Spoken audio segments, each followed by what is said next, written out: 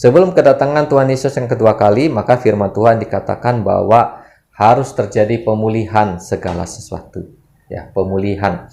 Pemulihan ini berbicara adalah perbaikan, ya, perbaikan dari suatu kerusakan. Itulah arti kata pemulihan. Perbaikan atau memperbaiki dari suatu kerusakan sehingga menjadi bagus, ya. Nah, seperti itu. Nah, itulah arti kata pemulihan, memperbaiki yang rusak menjadi bagus. Nah, terlebih lagi dalam konteks arti rohani yaitu memperbaiki sampai menjadi sempurna.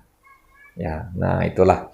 Nah, karena itu dalam Matius pasal 5 ayat 48, firman Tuhan berkata, "Hendaklah kamu sempurna, sama seperti Bapakmu yang ada di surga adalah sempurna." Nah, jadi ini Tuhan Yesus berkata bahwa kita harus sempurna seperti Bapa yang di surga adalah sempurna. Ini adalah perintah Tuhan, kehendak Tuhan, ya, kepada orang yang percaya Tuhan Yesus bahwa mereka harus sempurna seperti Bapa yang ada di surga.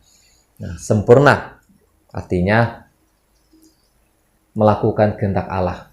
Artinya firman Tuhan ada di dalam kehidupan orang yang percaya kepada Tuhan Yesus. Sempurna artinya menjadi serupa dengan Yesus.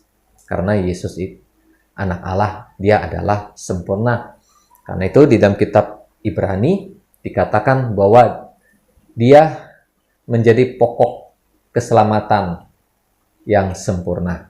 Artinya Tuhan Yesus itu sempurna. Bapa yang di surga adalah sempurna. Karena itu Tuhan Yesus menghendaki orang yang percaya sama dia, anak-anak Tuhan atau anak-anak Allah, mereka juga harus sempurna.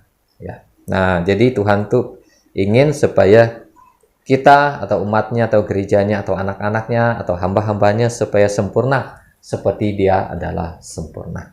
Nah, kebalikan dari arti kata sempurna adalah tidak sempurna.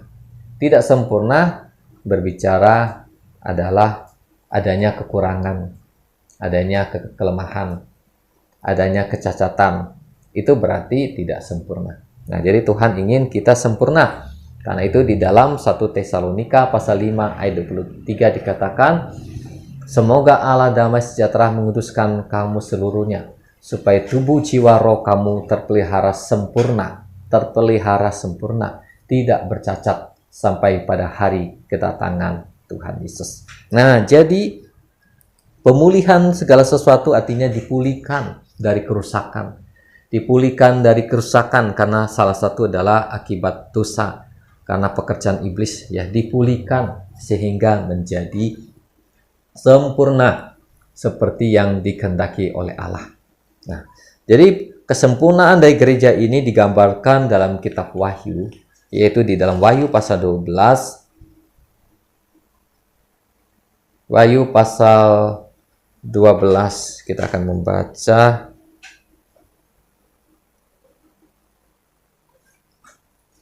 ayat 1. Wahyu pasal 12 ayat 1.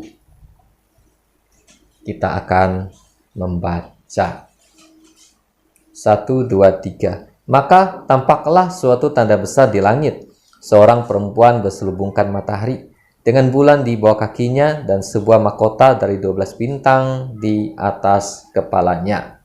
Amin. Nah, di sini dikatakan bahwa Rasul Yohanes melihat bahwa di langit ada suatu tanda yang besar, ya. Ada seorang perempuan berselubungkan matahari. Kemudian ada bulan di bawah kakinya.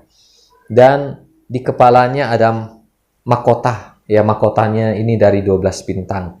Nah, ini berbicara menggambarkan gereja Tuhan yang sudah disempurnakan, atau gereja Tuhan yang layak menjadi pengantin Kristus, menjadi mempelai Kristus. Nah, jadi mempelai Kristus atau gereja Tuhan digambarkan di sini seperti seorang perempuan. Ya, kalau perempuan berarti ada laki-laki. Nah, laki-lakinya itu adalah Tuhan Yesus sebagai mempelai pria dari gereja Tuhan. Nah, jadi di sini kesempurnaan dari gereja Tuhan digambarkan dalam Wahyu pasal 12 ayat 1, ya, sebagai seorang perempuan yang berselubungkan matahari.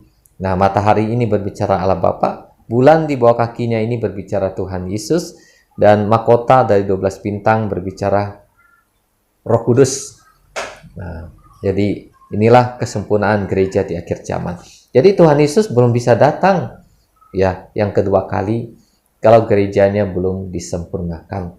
Nah, jadi pemulihan segala sesuatu di sini intinya adalah bukan pemulihan dunia ini, ya, bukan pemulihan untuk dunia ini, bukan pemulihan untuk negara yang ada di dunia ini, ya, tetapi pemulihan di sini adalah pemulihan buat gereja Tuhan.